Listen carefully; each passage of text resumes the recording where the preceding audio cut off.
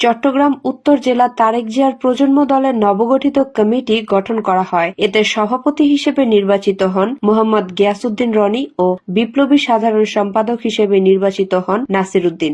বাংলাদেশ জাতীয়তাবাদী তারেক জিয়ার প্রজন্ম দলের নবগঠিত কমিটিতে অন্যরা হলেন সিনিয়র সহসভাপতি মোহাম্মদ আব্দুস সাত্তার, সিনিয়র যুগ্ম সাধারণ সম্পাদক আব্দুল কাদের বাহাদুর, সাংগঠনিক সম্পাদক ইসফাত রহমান, দপ্তর সম্পাদক মোহাম্মদ পারভেজ, মোহাম্মদ ওসমান গনিকে প্রচার সম্পাদক দায়িত্ব দিয়ে ৮১ বিশিষ্ট আংশিক কমিটি ঘোষণা করা হয়।